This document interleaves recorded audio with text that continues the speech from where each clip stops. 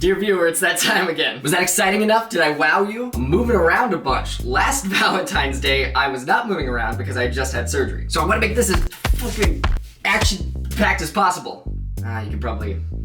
Usually I just don't wear pants during these things and I don't tell you, but you can probably tell from that, huh?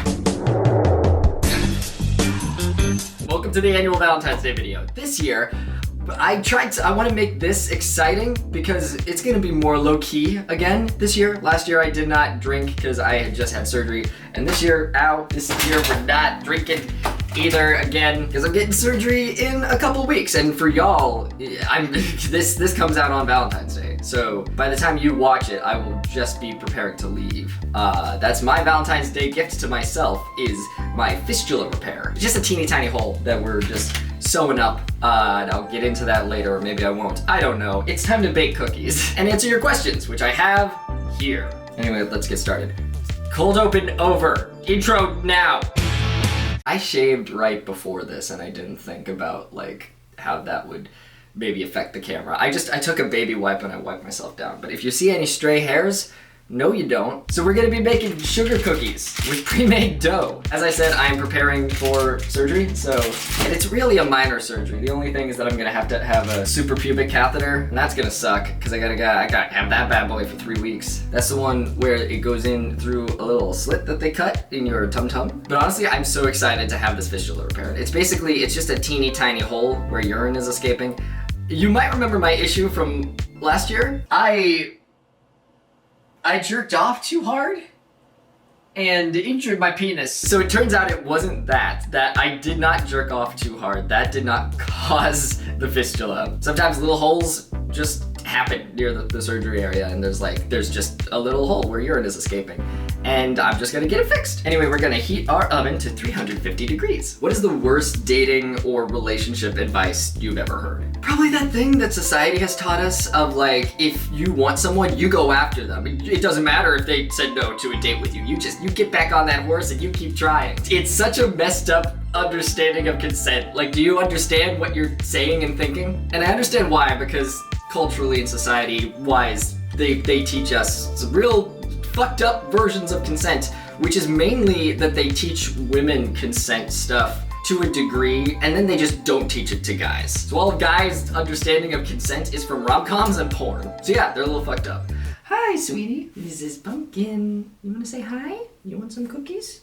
You can't have any cookies. But yeah, if you keep pursuing someone after they have made it clear that they are not interested in you, one of two things will happen. One is they see you for like the little freak that you are, just being like, I don't want to be this person's friend. I don't want to be around them at all because they're just not understanding that I'm not into them. Or they give up and they're like, okay, fine, I'll go on a date with you. Like, do you want to go on a date with someone who's like begrudgingly doing it? And they're also gonna resent you the whole time?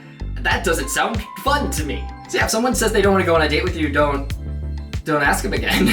But like, I do understand the other side of it to a degree because I'm a fucking himbo. There have been so many fucking opportunities for me to have sex with people or date people that I just didn't understand they were into me. Things go right over my head. So I understand maybe they don't understand that I'm into them. Maybe I just need to ask them again. But we also have to understand that asking a girl out on a date multiple times and asking a guy out on a date multiple times, ding ding, they have different feelings, they have different implications. Women are raised and made to make everyone else feel comfortable constantly. So even if you're creeping them out, they're gonna like be more polite in saying, no thank you, no, I'm good, please don't. And me personally, I would much rather just be open and honest with communication, and that's usually what I do. I'm like, hey, I am interested in you in this way. Are you interested in me in this way? And if they say no, then I'm like, great, and I move on. Because my worst fucking fear is making someone uncomfortable, and I would much rather just leave a situation and not make someone uncomfortable rather than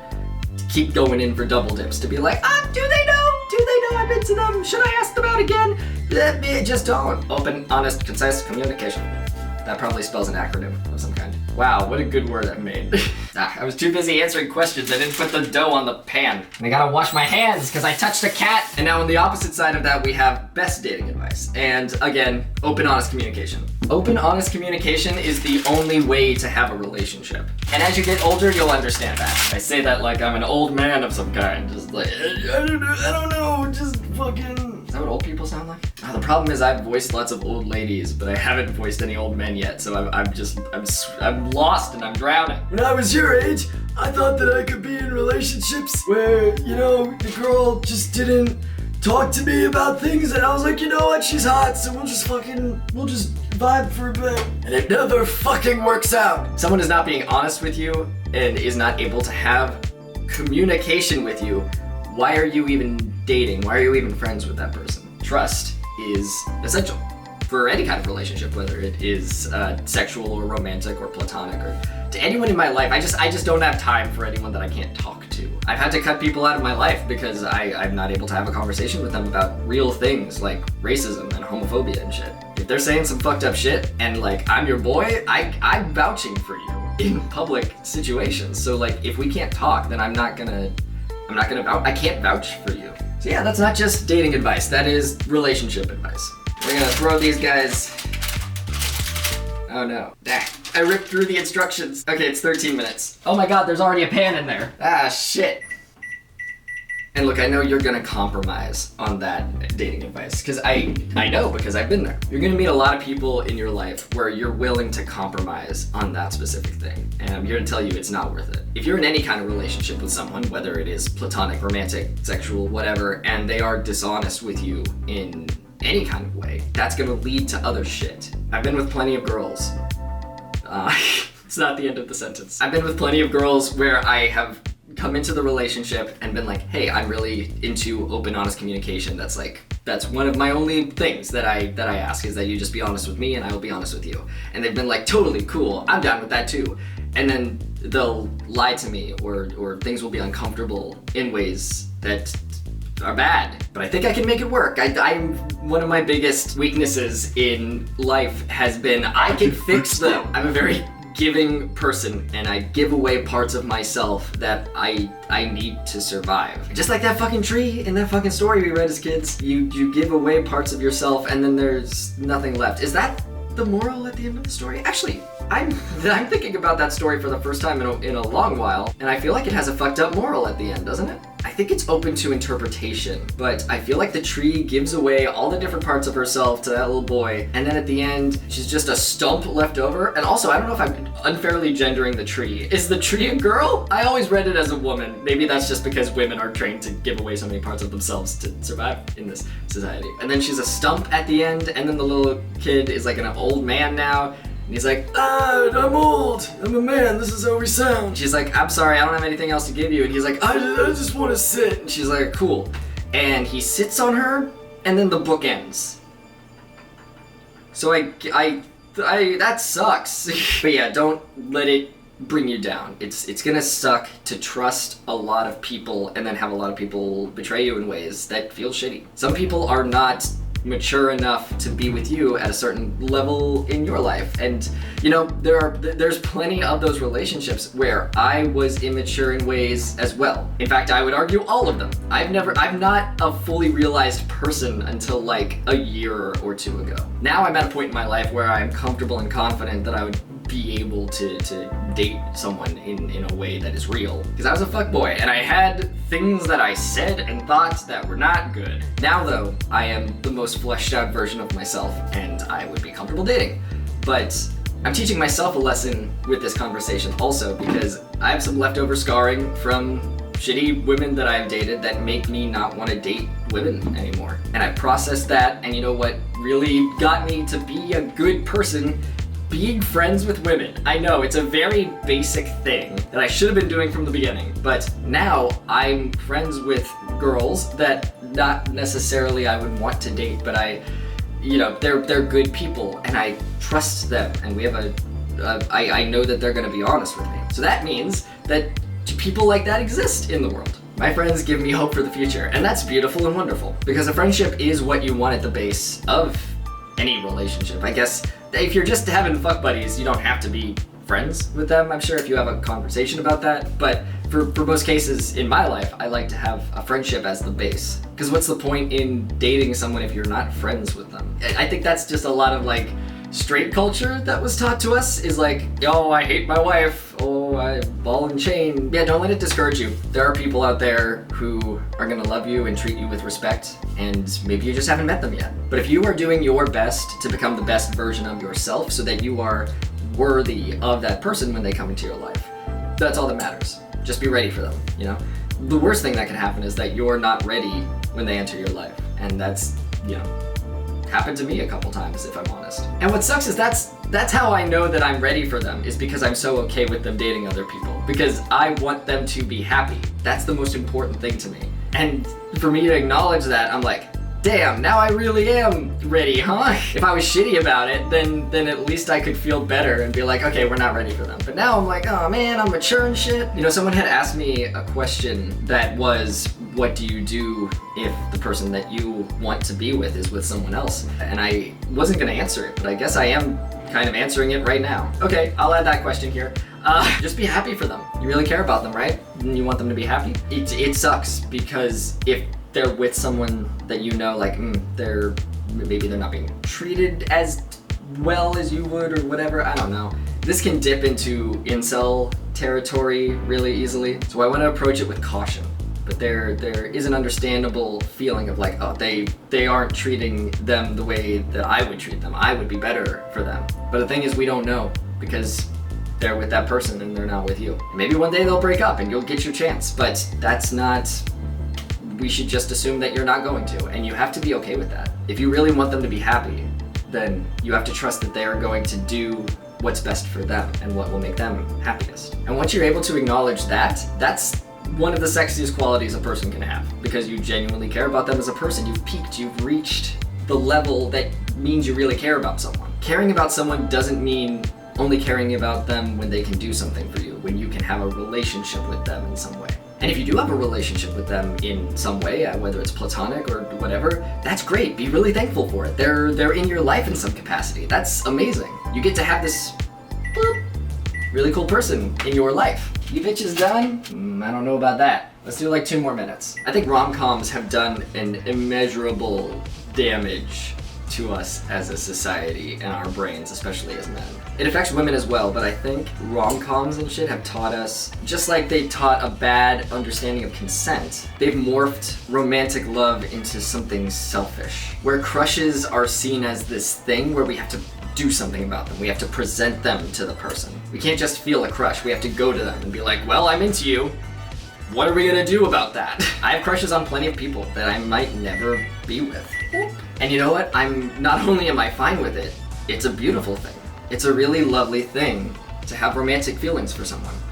I love some people. I'm in love with some people that I might never be with. And I love just feeling that. It's lovely and wonderful. And maybe I'll never tell them, because it's not their responsibility to do something about it. Well, that's better. They're more brown around the edges. I think that's good. I think I'm gonna let these ride into my mouth. But yeah, I understand the feeling. But we need to make sure that we are not projecting things onto people. We are imagining a scenario, after all. Even if we have history with that person, even if we think, oh, I would be better for that person than this other person, maybe we might not be. But even if we are, we have to examine the differences between being in love with someone and being in love with the idea of someone. So that's like a subsect of the topic that we started with. Number 1 is being happy for them, being able to be like, hey, I'm excited that you are in a good scenario with someone that you care about. Because that's wonderful and that's beautiful. Why would I want to take that away from you? If you're not genuinely happy for them, that they are happy because they're not with you, you might want to examine that and think about why you're feeling that and why you're thinking that. Do you actually care about them? Do you care about the idea of them? Are you making up a person that they aren't in your head? Love is beautiful and kind, and it should not be something that we do to someone. It should not be an act of defiance or an act of violence. We shouldn't make our love be someone else's problem, because then maybe what we're experiencing isn't love, it's a form of greed. And someone even better for you might be right on the horizon. And if you are too wrapped up in your feelings for this other person and you haven't gotten over them yet, you might not be able to see it. That's happened to me a couple times, where someone that I've known for a long time turned out to be a great potential romantic partner for me, and I was never able to see it before. Usually there's a lot more to do with these videos because, you know, baking brownies takes way longer than putting fucking dough on a pan. But I'm having fun. So if you're entertained, I'm entertained. And if I'm entertained, you're entertained. And if I'm entertained and you're entertained, who's driving the plane? How does one try to advance a relationship without coming off as pushy or forceful or even toxic? I'll tell you something I wish I'd known. Are you ready? Are you ready for this? Communication. I know I keep saying it over and over, but really just tell people how you feel. Open it up to a conversation. You don't have to play all these guessing games. Movies lied to you. You can just talk to people about your feelings, and it sucks because the other person has to be reciprocative of that. That's the word, right? Reciprocative. That's a word that I'm saying over and over, and it doesn't sound like a word anymore. They have to be emotionally mature on the same level as you to be able to be honest with your feelings. But if you find someone like that, that should be the person that you want to have a relationship with anyway. Again, you shouldn't want to be in a relationship with someone who can't talk to you about feelings and be honest with you. If you're bringing an energy to the table that they are not, then you need to think about that. Are you settling? Are you projecting things onto them? Are you making up a person in your head that you wish that they were? But also make sure it's a conversation. You know, like this shouldn't be about, this is what I want. You know, I just want you to echo it back at me. Make sure you're checking in with them. Be like, hey, I would like to talk to you about something and talk about how you're feeling and what you're thinking, and then ask what they're feeling and thinking. Just wanted to thank you for giving me the courage to come out as pan. Hey, hell yeah, that fucking rules. We shouldn't waste time not being the best version of ourselves. And if we're gay or trans or pan or whatever the fuck is going on, then we should think about that and feel it, and life is so short. This dips in a little bit into what we were talking about before. It's like tangentially related. What's your best advice on being a better option for someone who you have an invested interest in? Now, again, I don't want to make sure this doesn't dip into incel territory. So I'm gonna be very careful in how I answer this. You wanna know my big life hack? Actually listen to people when they're talking. And I know this might seem like a basic thing of like, oh, of course I should listen to when people are talking, but no, like really think about it. When other people are talking, are you really listening? Are you having a conversation? Or are you waiting for your next moment to speak? I have found that this predominantly affects men more than women, where we're just kind of like on a train of like, I'm talking, I'm ready, I'm waiting, oh, she has to talk too, but now I'm gonna talk again. And I'm very fortunate for my lived experience of being raised female, because now I get it. And God, does it put me above everyone else? Like, women are amazed that I treat them like human beings. I'm actually engaging in conversation with them, and it's, their mind is blown every time. And it's sad that their mind is blown every time, but also I understand it. And a lot of this shit is super simple, right? My big life hack is treat women like they're human beings. But you would be amazed how many men don't. Just the basics of not being a piece of shit will put you above other guys. Because something that I actually talked with my friend the other day about is they're just like, how are you so upbeat all the time, Jesse? I don't understand how you don't care that there are so many bad people in the world. Doesn't it bum you out?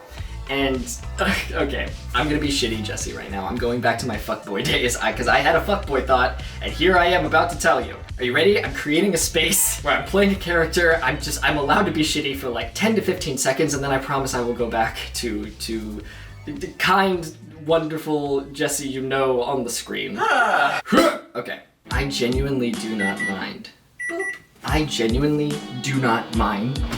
Cookies! Yeah, these ones fucking perfect. I genuinely do not mind bad people existing in the world because they get me laid so much. Do you know how many women I've been with that are just amazed that I am kind and I care about intersectionality. I'm not homophobic or racist. I make an effort to listen when they talk. I care about their pleasure in bed. I know where the clitoris is. Basically, just these basic things that every guy should know, and they don't. And they make me look so good in comparison. I am not some perfect being, but when your options are these shitty guys who don't give a shit about anyone but themselves, yeah, of course I'm gonna look like the best fucking thing since sliced bread. Yes, it is very bad that there are guys out there spitting homophobic shit and racist shit and transphobic shit, but it cannot affect me personally, because I know that I will be rewarded for this. And I would like to reiterate, this is my fuckboy part of my brain. This is not correct. Sex is not the most important thing on the planet, not even close. But if I could indulge the shittiest part of my brain for just a moment to explain myself, every bad person out there personally contributes to me getting my dick wet. And for that, I have to thank them. Okay, we're going back to regular Jesse. I can't take this. Ooh, I feel gross. We are gonna let these cookies dry.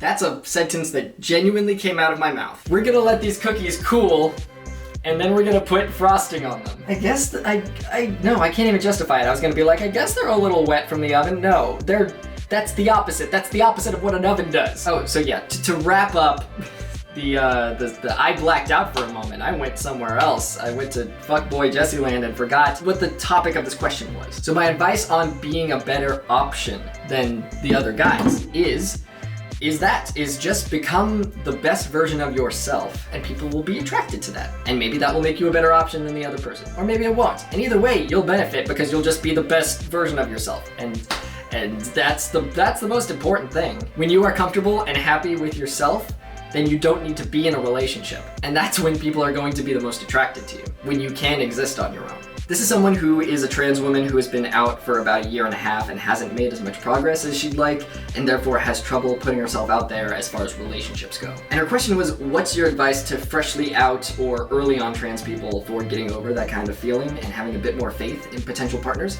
And I think that is just it, is like you have to have faith in people. And I'm here to let you know there unfortunately will be a lot of stinkers, a lot of relationships that are no good, and you're just gonna mark them off as a period in your life where you're like, ah, fuck, that sucked. But that's how you get to the good ones.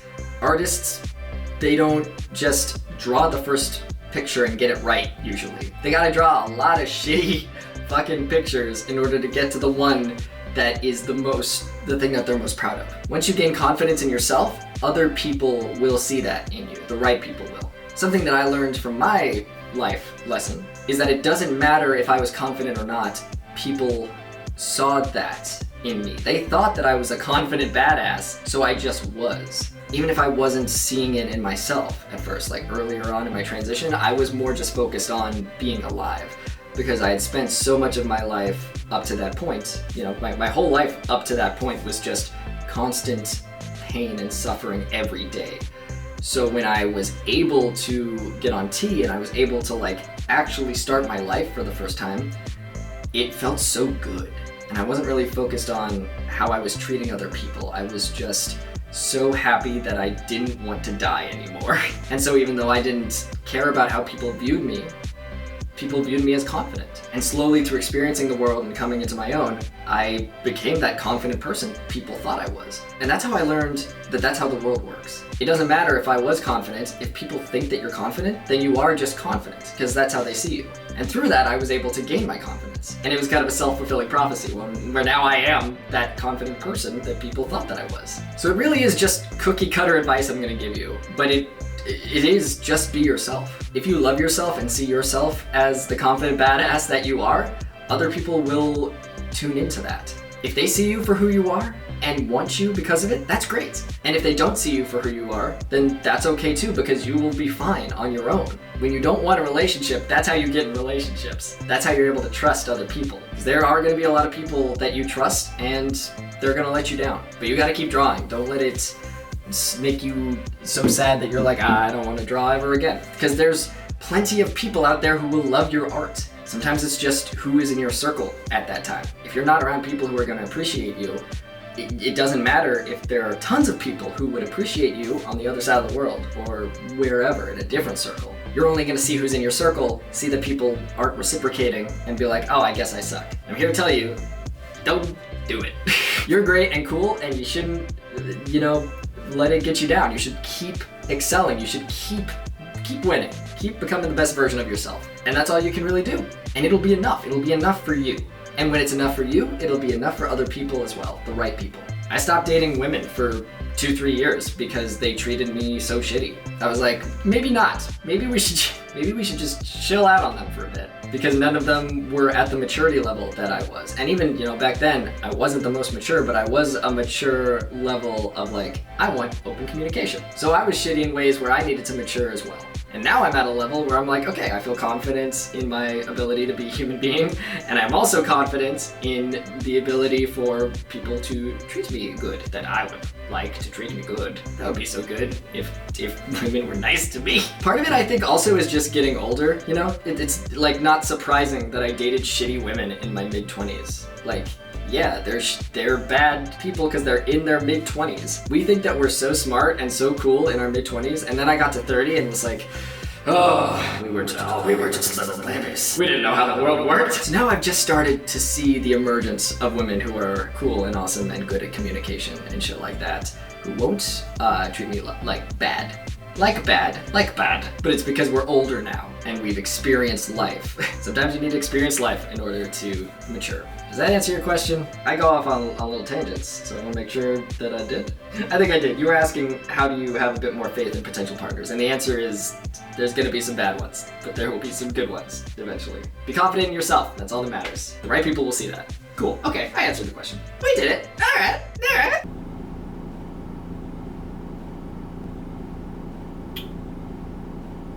I overbaked the cookies. So what you're gonna wanna do is set that oven for 325 degrees. I know it says 350, let's do 325.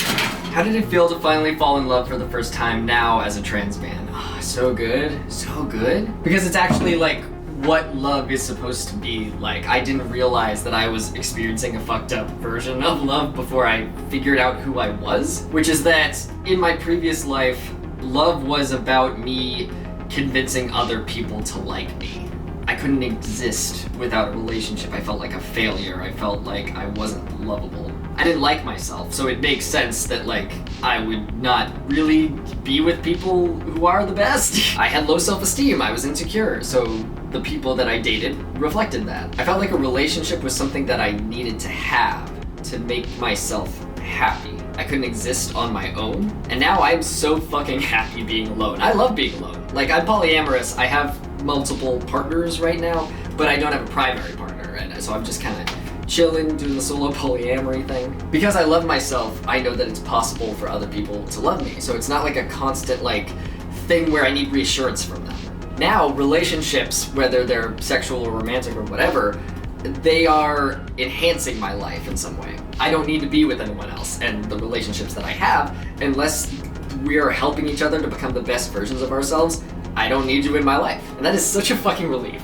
Because pre-transition, I had a lot of friendships and a lot of like, just relationships with people that I didn't really give a shit about when I really thought about it. When push came to shove, they weren't adding anything to my life. And odd enough, it kind of felt like networking in a way. It kind of felt like the voice actor parties that you go to, where you hang out with other actors and stuff, and you become friends because of what you can do for each other. But there's no substance to it. Like, you might not even have that much in common, really. At the end of the day, it just kind of feels exhausting when you feel like you have to be friends with certain people.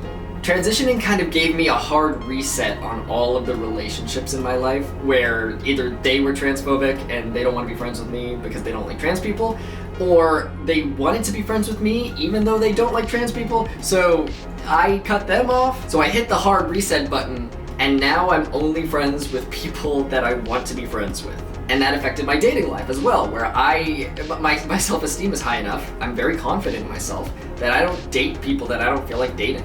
Now, when I fall in love, it's for real. When I first started T, it made me get somewhere on the aromantic scale. That's a possible side effect of testosterone therapy. Boop.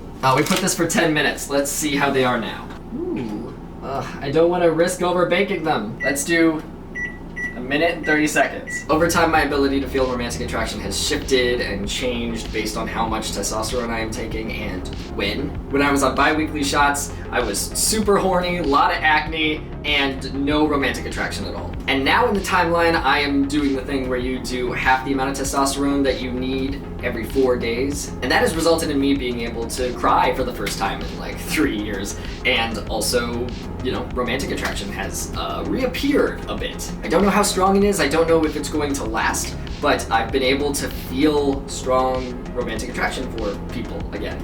And if I'm honest, I don't really like that. But I understand it is a thing that makes me human, and I do like the ability to cry. So I might keep it. I think I'm gonna keep it, because the 4 shots a day, put it all in your body.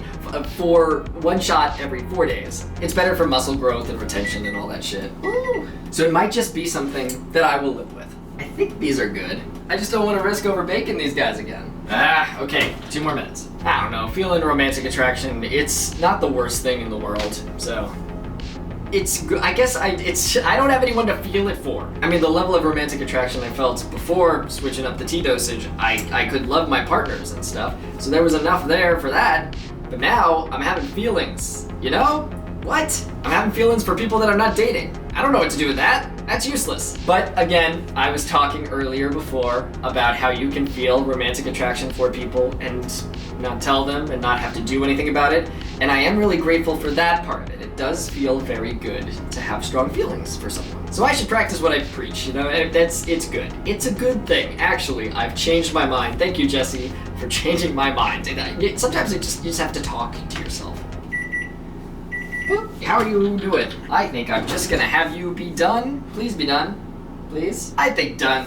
I think so. I'm just gonna scooch over here. Yeah, that seems more correct. They're looking like they should. Do you think friendship after a relationship is possible? Some don't believe so, but in my experience it is. I heard the quote, if you're friends with those who you've loved, you never really loved them. I think it's BS. Yeah, that's a bad quote. What the fuck? Who said that? Someone who's maybe a piece of shit and none of their exes want to be friends with them afterwards? Yeah, I think that's highlighting one of my biggest issues with modern day relationships, you know, romantic ones, which is that we don't want to be fucking friends with the people that we're dating. I'm friends with a bunch of my exes. If I dated you and you're not a piece of shit, we're friends. We hang out at conventions and stuff. Don't get me wrong, there are quite a few of my exes that I do not want to be friends with, but it's because I don't like them as people. And when we dated, we figured that out. You really gotta fuck up for me to not want to be friends with you after we date. But yeah, if someone is bad to date, they might be bad to be friends with as well, but sometimes those can be separated. One example is coming to my head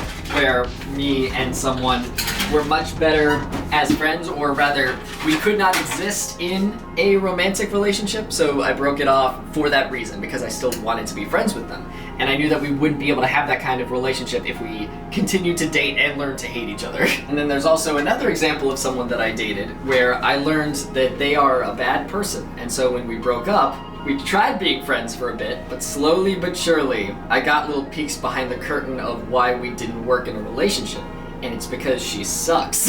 If you are both decent people, you can absolutely be friends after a relationship. I think a large factor trying to decide this is how long you date past the expiration date. If you two know that you're not compatible and you're still trying to make a romantic relationship work, there's a timeline of that, right? Let's start at the beginning of the year just to make it clean. If on January 1st you are dating someone and both of you realize, oh shit, I don't like you romantically, but you still want to try and make it work, you're still trying to fucking do it. You're pushing it, you're still dating by the end of February. If you break up then, you still might be able to be friends afterwards. But the longer you hang on to it, the more y'all are gonna learn to resent each other. Because if you're not meant to survive in this environment, it's just gonna be making things worse. If you two are better as friends, and you're both, this is a weird fucking analogy, but my brain goes places. Your relationship is meant to be a fish, right? And it's in an aquarium full of water. That's where it thrives. That's where it knows how to get its fish flakes and swimming around and shit. And if you're trying to make that fish survive in a fucking tank that an iguana lives in, you pluck the fish out of the nice watery environment it's in, you put the fish in like a sun lamp, and there's rocks and shit. There's a cool log for the fish to like hide in, but that's no use to the fish. It doesn't know what it's doing. It's confused and scared. It can't breathe. It needs water. Longer it stays in there, the more likely it is to die. And I get it. Sometimes you're trying to make it work. You think that you can make it work. Maybe you just need to go to counseling. Maybe you just need to communicate better. And that's great. If you're in a relationship and you want to like switch things up to see if it'll last, that's awesome. But with risk comes either reward or failure. There are different outcomes this can have. So, you know, if it's the bad one, you might not be able to be friends afterwards. And I know lots of couples like that. That fucking sucks. And maybe you just need time afterwards. Maybe you break up, you realize you can't be friends, and you let some time go by, you know, like spend 5 years or whatever just getting to know yourselves. Maybe a friendship can come from that. I didn't actually start talking to my ex again for, you know, a year or two. I let myself become my own person. I let them live on their own. And then we started talking casually, and it picked back up until now I can comfortably say we're friends again. But I couldn't have done that. We had been through enough together that I knew we would not be able to be friends unless I gave us that space. So yeah, friends, absolutely. You can absolutely be friends after dating. It just depends, one, on when the expiration date was and how long you lived past it or you tried to survive past it, and two, what kind of people the both of you are. I'm very chill and cool and happy-go-lucky, so I can basically be friends with whoever after a relationship. It really depends on what kind of person that person is. If they're willing to come to the table, that's great, and if not, then there are some people I just don't want to be around. If you're friends with those who you've loved, you never really loved them. That sounds like some boomer shit. That sounds like some I have a man cave shit. Gotta get away from the fucking nagging wife, am I right, fellas? Why are we married? I know I proposed to you, but I didn't want to. Isn't it relatable? Relatable humor. Feelings? Oh yeah, I have feelings. I had a feeling once. In my penis. Several people asked me how to make their partners feel good in bed, which I'm very touched by. Specifically, someone wants advice for smaller guys that want to make their partners feel good in bed. This is maybe not helpful advice, because it certainly isn't something we can control. But I got so good at sex just from having sex a lot, with a bunch of different people. Pre-transition, I could not have an orgasm, so I was fully service top, like, I don't care about what's gonna happen with me, I just wanna make you feel good. And that was so fucking useful. I'm so grateful for that. Because now I have a penis, and sex feels good, and I can come. So now, I feel like if I could come right out the gate, I wouldn't give a shit about anyone else's pleasure. I'd probably be a little monster. So I'm grateful for the years that I suffered, because now I have skills that I would not have otherwise. Yeah, this is the part of the video where Jesse talks about how good at sex he is, whatever. You knew what you were signing up for with the fucking Valentine's Day video. I'm gonna say some anatomical shit, so warning for that. Step 1, learn how to eat pussy, or a butthole. Very useful. Tip for smaller guys, use a ribbed condom. Unless you're going in the butt. No ribbed condom then. Another thing if you're smaller, and this is, it's funny that I know how to fuck in all the different ways no matter what size you are. I know how to fuck with a big dick, a medium dick, a small dick, because I've had all three. Before I got my dingus and I had a T-dick, I used an extender that was 6.5 inches. In my opinion now, little too big. I didn't like fucking with it because you have to pull all the way out. I don't want to get into it. 6.5, great size. I'm personally glad I'm not that large anymore. I can focus more on other things. But yeah, if you're small, missionary is great. On the stomach, if your partner can get on their stomach and then you fuck them from there, that's great too. Makes everything tighter in there. Use CAT, the CAT technique. CAT is an acronym that stands for Coital Alignment Technique. It is not me making a Shane Dawson joke. If they got any joke, basically you just like ride high. You bring the base of your dick up against the clit. It doesn't matter how long or short you are. It's all about the motion. The motion of the ocean. And what was the other lesson that I just keep fucking saying over and over? Communication. Talk to them. Consent talk can be sexy. And in fact, it is sexy. Unless you do it too much, because that's a problem that I have, and eventually people just need to tell me, do whatever you want to me, and I'm like, cool. But I would much rather ask for too much consent. Alright, now we gotta let these cookies dry, as I said previously. Then we can frost them. The really cool thing about sex is that if you're doing something to someone and you're not sure if they like it, there's a human being right there.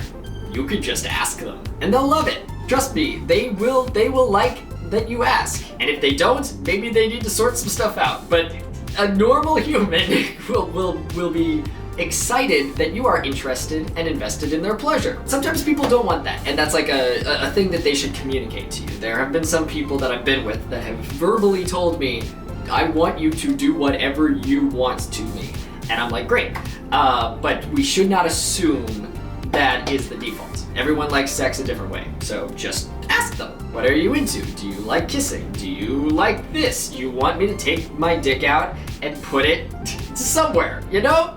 Best way to eat ass?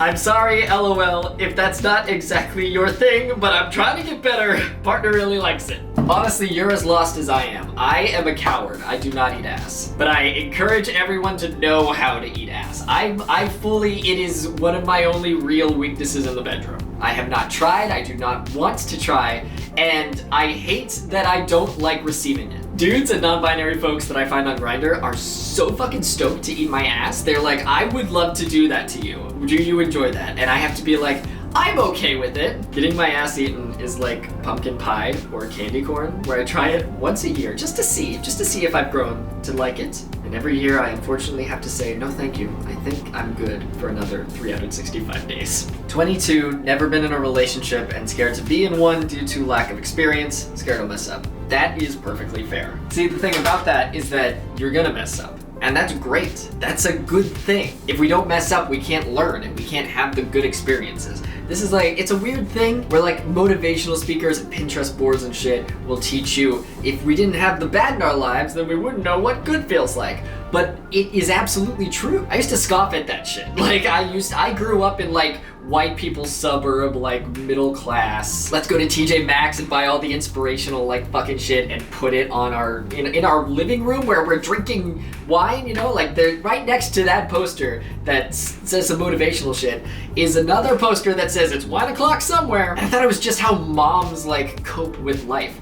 But it is seriously one of the best pieces of advice I've ever heard. I couldn't appreciate it until I was older. But I only know that I don't really care if I'm in a relationship right now because of the relationships I've experienced. I wouldn't know how to treat someone right unless I treated them wrong. And that sucks because there are a lot of people out there that don't like each other because of how we fucked up in the past. I've got some ex-partners or some people that I've hooked up with that probably think I'm a piece of shit because I was in my fuckboy phase when I dated them. We're not gonna get it perfect, but now I know that I'm not bad, if that makes sense. Anytime I'm feeling shitty about a mistake I made, I feel relief afterwards because I'm like, oh, thank God I'm not there anymore. Because that means I'm capable of growth.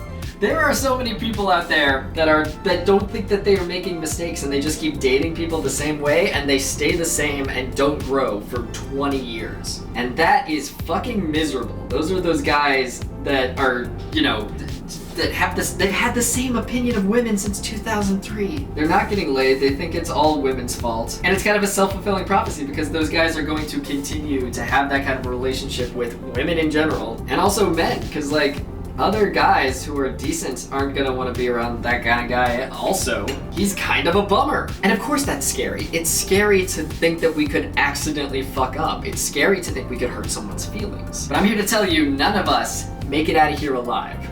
I know that sounds more threatening when I have a knife in my hand. Not one person makes it out of this life not hurting someone. I'm one of the nicest dudes on the planet. There are plenty of people that I've hurt. Whether it was because I didn't have the experience that I needed to treat them decently or just an accident. Some things are just an accident and we can't prevent that. It is absolutely scary and valid to not want to be in a relationship with someone because you don't want to fuck up. Maybe that's a little of the reason why I don't have a primary partner right now. I'm really happy being alone. But also whenever I think about maybe getting out there, dating a friend, I think about, oh, what if I'm not a good partner? I have plenty of issues of my own, but I can't fix those issues unless I have experience. Sometimes you can't learn how to drive a car unless you just get in the car and drive. You can read all you want about driving a car. You can see your friends drive a car. You can live vicariously through them, learn from their mistakes.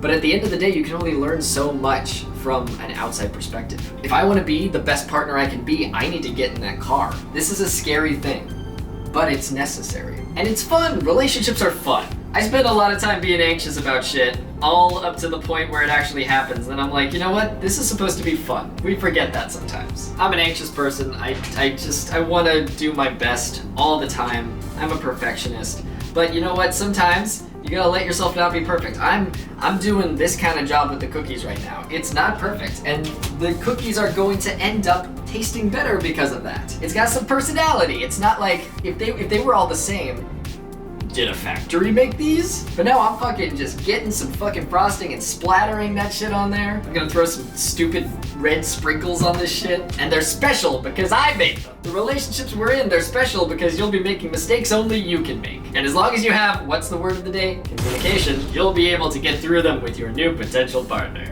It's important to remember that we're all scared. Unless you're a psycho that just gets into relationships and doesn't think about the other person, you are scared. We are all scared. None of us want to hurt anyone. I got this frosting because Dolly Parton is on it. And you know what? Advice bleeds into itself. So what I'm telling you right now is also totally valid for all the other questions that I answered today. Don't know how to eat ass? Communication, and try your best. How do you become a better option for someone? Communication, and eat their ass. I have learned many things on this fucked up blue marble we call the planet, and the most important one is that we are all going to die. And once that happens, if they were to embarrassingly pull up all the time we spent anxious about stuff, would we be embarrassed? We'd be embarrassed. Some dude that dies in a car crash at age 24, they're gonna pull up his shit and he's like, oh man, I spent so long being scared to learn how to surf. I didn't ask out the girl that I wanted to. I didn't learn how to eat ass. And they have to fucking live, or rather die, with the knowledge that they wasted a lot of time being scared. Be confident. Be a confident motherfucker. Because we only have so much time left. I'm doomsday prepping right now. No, but for real. We should just do the things that we want to with the time that we have. Life is beautiful because it is temporary. If we lived forever, nothing would mean anything. I think about death probably more than an average human should, but it is good for me. I will justify it to you. Okay, listen. I spent the first 26 years of my life not wanting to be alive. So now that I have a life, I am so appreciative of it. Now that I want to be around, I'm doing all the things. I'm eating all the ass. Not yet. Not yet. We're working on it. I'm learning to be less scared of things. And if I could go back and change it, I don't think I would, because this taught me how to be a decent human being. Suffering is necessary. I don't even know if I'm talking about your question anymore. But you get what I'm saying, right? Life is beautiful, love is beautiful, and this Valentine's Day, I hope that we all take time to love ourselves and other people. If your Valentine's Day is spent with a partner, eating ass, or whatever's happening with y'all, I'm happy for you. And if all you're doing this Valentine's Day is jerking off and eating a burger by yourself, that is valid too. And hey, we'll be together.